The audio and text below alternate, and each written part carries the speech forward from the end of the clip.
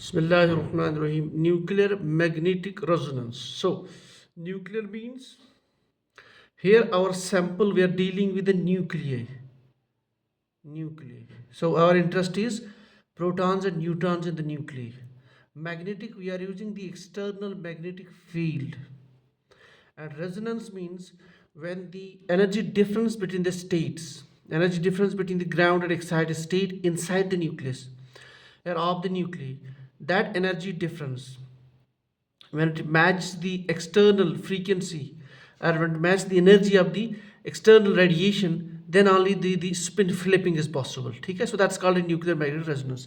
इसमें क्वेश्चन कहाँ से आता है? विल स्टार्ट नंबर वन यहाँ पे जो रेडिएशन यूज हो जाती है ना, जो ये रेडिएशन एब्जॉर्ब करता है, दैट इज रेडियो वेव्स.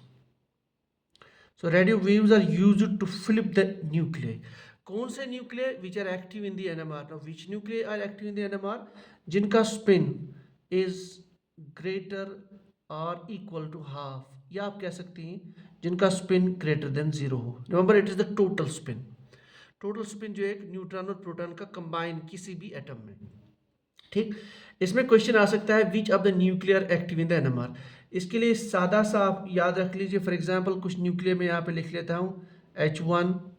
इस तरह से I can write down like nuclear like carbon 13, then I can write down fluorine 19, I can write down phosphorus 31. ये सारे के सारे न्यूक्लियर होते हैं active in the NMR number one. और इनका जो स्पिन है ना, दैट स्पिन वैल्यू I1, यानी जो आपका I वैल्यू है, total nuclear spin, that is equal to half. तो इसको आप याद भी रख सकते हैं, गिने चुने न्यूक्लियर है. तो ये they are all active in the NMR. इसी तरह से कुछ न्यूक्लियर है, for example H21 deuterium, likely nitrogen 714, they are also active, लेकिन इनका स्पिन जो होता है the spin value that is 1 यानी I. इसी तरह से कुछ न्यूक्लियर है, for example nitrogen 15, it's also active, the spin value is 3/2. तो ये कुछ ही ऐसे न्यूक्लियर है which are active in the NMR. और भी कुछ है लेकिन बहुत कम. So I don't think the question we ask beyond this. अगर आपको ये याद नहीं रहती तो आप सीधा रूल याद रख सकते हैं, वेरी सिंपल. इन न्यूक्लियर का अगर हम एटॉमिक, ये आपका एटॉमिक नंबर हो गया, ये वाला वैल्यू, तो एटॉमिक नंबर और दिस एटॉमिक मास, दोनों में से अगर कोई भी आपका ऑड वैल्यू हो, ये देख लीजिए, कोई भी अगर आपका ऑड वैल्यू है, they are active in the NMR. Likely ये देख लीजिए, दिस इज ऑड, यहाँ पे एटॉमिक नंबर इज ऑड, यहाँ पे बोथ आर ऑड. तो कोई भी एक वैल्यू, चाहे एटॉमिक नंबर और atomic mass is odd, so they are active in the NMR spectroscopy. इसके अलावा भी कुछ रूल्स हैं, आप उनको भी फॉलो कर सकते हैं, लेकिन ये शॉर्टकट रूल्स है. आई डोंट थिंक आपके लेक्चरशिप एग्जाम में इससे ज़्यादा क्वेश्चन आएगा. नाउ मूविंग फर्दर, जहाँ तक प्रिंसिपल की बात होती है, देखिए प्रिंसिपल ऑफ एनएमआर स्पेक्ट्रोस्कोपी में होता क्या है. First of all we deal with the nuclear, ठीक, यानी प्रोटॉन्स. तो अगर हम प्रोटॉन एनएमआर जो सबसे कॉमन है, नॉर्मली जो न्यूक्लियर होते हैं न्यूक्लियस में, दे आर रैंडम. ठीक है, so their spins are random, their orientation is random. लेकिन जैसे ही हम अप्लाई करते हैं external magnetic field, they attain the orientation. Orientation दो टाइप की हो सकती है, यहाँ से आप देख सकते हैं. एक तो ओरिएंटेशन है where the spins are in the direction of applied field, applied magnetic field external. अगर ऐसा केस है, then in that this case the energy of this spin or energy of this nuclei will be lower. ठीक है, so that way it becomes ground state. Now if the spins are oriented against the applied field, then their energy is high, it is said to be excited state. So कहने का ये मतलब है, due to the external magnetic field these degenerate energy levels, ठीक है, they undergo the splitting, or we can see energy gap is created. So जब energy gap create होती है, now to flip this spin to this state or to flip this spin to this spin state, we need the energy. So once this energy gap matches the external energy source, then only the splitting is possible. That's called as the resonance. ठीक है.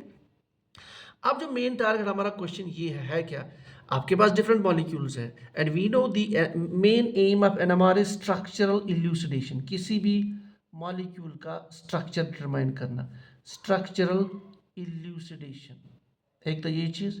दूसरा इसका application, we can also detect the impurities in the sample. Impurity content कितना है sample में, that also we can detect. तो जो main चीज़ है that is structural elucidation. Structural के लिए हमें देखना क्या है? So we know this is a proton, so we want to understand that कि ये प्रोटॉन, इसकी एब्जॉर्प्शन फ्रीक्वेंसी कितनी होगी। एब्जॉर्प्शन फ्रीक्वेंसी किस पे डिपेंड करता है? इस ये जो आपका प्रिंसिपल है इसके अकॉर्डिंग, जो एनर्जी गैप है delta E, it is directly proportional to the applied magnetic field. जितना प्रोटॉन ज़्यादा एक्सटर्नल मैग्नेटिक फील्ड ऑब्जर्व करेगा, एक्सपीरियंस करेगा, दिस स्प्लिटिंग इज मोर, और we can say the frequency is directly proportional to the applied magnetic field. तो जितना कोई किसी भी मॉलिक्यूल का प्रोटॉन एक्सटर्नल मैग्नेटिक फील्ड को ज़्यादा एक्सपीरियंस करेगा, इसकी स्प्लिटिंग भी ज़्यादा होगी। तो that means it to absorb the radiation you need a high frequency, or you should say higher the applied field experienced, or higher the external field experienced, or higher the absorption frequency. Shortcut आप याद रख लीजिए कि absorption frequency किसी भी proton की, it is directly proportional to the applied field, और it is directly proportional to the field experienced. तो अगर इसकी ज़्यादा अप्लाइड फील्ड एक्सपीरियंस है, it is chemical shift value will be high. Chemical shift का मतलब शॉर्टकट में मैं इसकी डिटेल में नहीं जाऊंगा, आई don't think that is your requirement. हमारे पास एनएमआर में एक स्पेक्ट्रम आता है, जब भी एनएमआर स्पेक्ट्रम में है, यहाँ पे आपका ये दिस इज इंटेंसिटी वर्सेस ये होता है आपका absorption which is expressed in terms of delta value, chemical shift, जो मॉडर्न स्केल है। नहीं तो आपके पास दो स्केल्स है, टाउ स्केल और delta scale. Tau plus delta is 10, आप दोनों का कन्वर्जन निकाल सकते हैं, लेकिन जो नॉर्मली आजकल हमारे पास स्पेक्ट्रम होती है उनमें डेल्टा स्केल होती है। यहाँ पे जीरो वैल्यू हम लेते हैं, then you have let's say 2, this is 4, this is 6, this is 8, this is 10, this is 12, this is NMR spectrum। Zero पे हम लेते हैं रेफरेंस का सिग्नल, और रेफरेंस हम लेते हैं NMR में, that is TMS, tetra methyl silane. Tetra methyl silane में 4 मिथाइल ग्रुप्स, तो देयर आर 12 प्रोटॉन, इसलिए इसकी पीक बहुत लॉन्ग होती है, और दूसरा इसका बॉइलिंग पॉइंट भी कम होता है, ठीक है ना। तो इसके कुछ एडवांटेजेस है। Second third, it is shielded also. इसके विथ रेस्पेक्ट में हम एनएमआर स्पेक्ट्रा लेते हैं, सो this is a reference standard, ठीक है। तो जहां भी पीक आएगी, अगर पीक इस रीजन में आएगी, हम कहते हैं that this proton absorbs in high frequency region, so this is said to be down field. Remember this term without confusion. अगर प्रोटॉन सिग्नल इस साइड में आती है, ये वाले रीजन में, it is said to be up field. तो up field का मतलब है it absorbs low frequency, it absorbs low frequency, and downfield का मतलब it absorbs high frequency, ठीक। तो we have to predict, normally जो क्वेश्चन आता है वी हैव टू प्रेडिक्ट, आपके पास मॉलिक्यूल होगा तो मॉलिक्यूल में फील्ड सिग्नल डाउन फील्ड होगी कि अप फील्ड होगी, उसका केमिकल शिफ्ट वैल्यू अगर इस साइड में आएगा तो हम कहेंगे इट इज डिशील्ड। तो डाउन फील्ड का मतलब डिशील्ड होता है, डिशील्ड। और अप फील्ड अगर सिग्नल आती है इट्स कॉल्ड एज शील्डेड।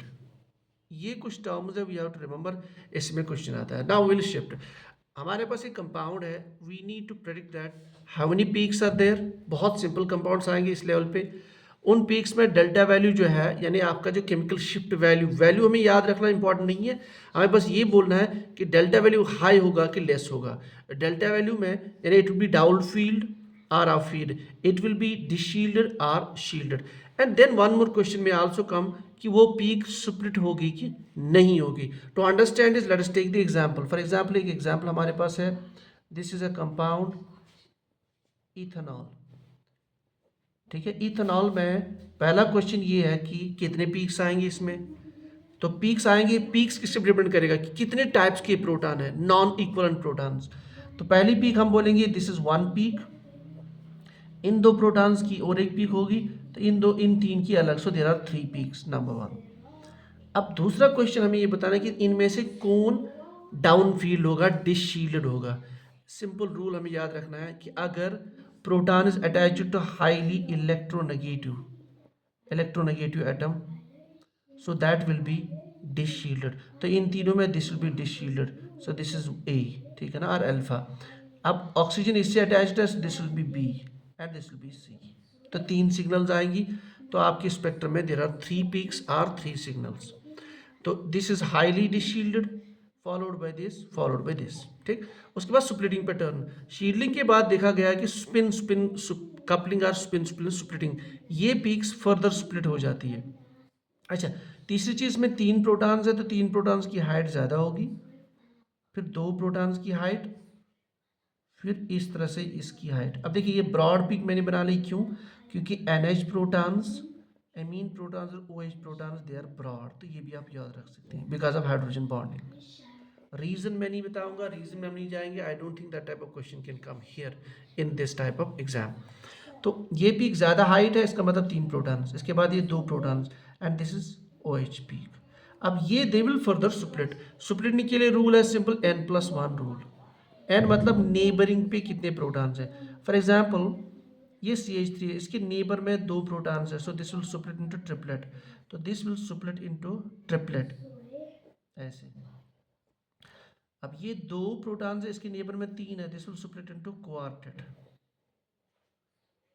अब ये सुप्लिटिंग जो पीक्स है इनकी हाइट कौन डिटरमाइन करेगा? That is determined by pascal triangle.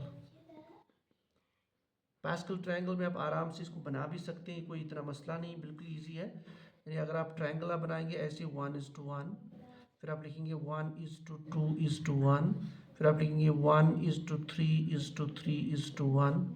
अब देखिए अगर डबलेट बन गया, 2 पीक्स यानी 1 गॉट स्प्लिट इनटू 2, तो इनकी इंटेंसिटी बराबर होगी, ठीक है। अगर 3 आ गई तो एक की इंटेंसिटी बड़ी होगी देन इनकी सिंगल, तो इस तरह से उनका हाइट भी आप बोल सकते हैं। अब इसमें इंपॉर्टेंट वैल्यू है, कुछ कंपाउंड्स हम लेते हैं, ठीक है। अच्छा दूसरा, ये जो केमिकल शिफ्ट वैल्यू है, it is independent of applied field. It is independent of applied field, यानी मैग्नेटिक फील्ड पे ये केमिकल शिफ्ट वैल्यू डिपेंड नहीं करता है। It is characteristic of that particular proton, उसके एनवायरनमेंट पे डिपेंड करता है, ठीक है। अब हम कुछ वैल्यूज लेते हैं। नॉर्मली जो आपके अल्कीन एलिफेटिक कंपाउंड्स होते हैं, देयर उनका वैल्यू वो यहाँ पे पाए जाते हैं, सो दे आर शील्डेड। लेकिन जो मेन है that is alkene protons. Alkene protons are considered to be, they are also कह सकते हो deshielded because of this pi electrons. और पाई इलेक्ट्रॉन जो फील्ड जनरेट करते हैं ना, वो applied field, outside applied field के डायरेक्शन में होता है, इनसाइड ऐसे होता है। तो इनका वैल्यू नॉर्मली जो है वो आता है अराउंड आप कह सकते हो 3 से 4 डेल्टा वैल्यू। इससे ज़्यादा डिसशील्डेड आपकी एरोमेटिक रिंग होती है, उसमें हम जानते हैं पाई इलेक्ट्रॉन्स होती हैं, तो they are circulating, it generate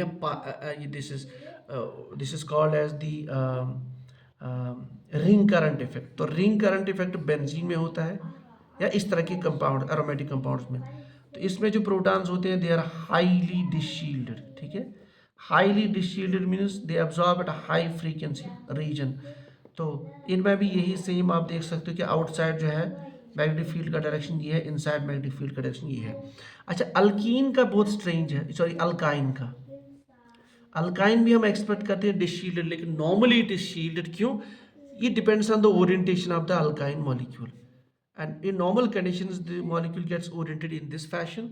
तो जब ये मैग्नेटिक फील्ड जनरेट करता है तो आउटसाइड तो होता है in the direction of field, लेकिन इनसाइड अपोजिट।